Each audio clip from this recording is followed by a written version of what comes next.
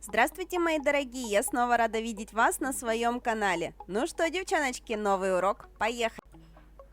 Сегодня у меня на коррекции Стася, и урок на этот дизайн на канале у нас есть. Ссылочку на него оставлю в описании. Посмотрите, если вы не видели, потому что дизайн был просто потрясающий. Настя его относила с огромным удовольствием, и спиливать нам было его безумно жалко. Но, тем не менее, в чем прелесть нарощенных ногтей? Потому что на месте старого классного дизайна получится новый, не менее интересный. Сегодня мы, Насте, будем рисовать кошек в стиле кубизм. Как вы поняли, меня безумно поперло на технику росписи в этом стиле. Мне очень понравились работы художников в таком стиле, и поэтому довольно много работ перед Новым годом я рисовала именно в такой стилистике. Очень интересно, очень весело создавать такие дизайны. Для основного фона мы выбрали вот такой вот красивый фисташковый оттенок. Номер оттеночка я вам оставлю в описании. И на него добавили втирочку блестками, потому что без втирочки нам показалось скучно. А вот под сам дизайн прокладываем подложку светлого оттенка, потому что все наши цвета, которые мы потом будем разукрашивать нашу картинку, они на белом фоне будут смотреться намного ярче.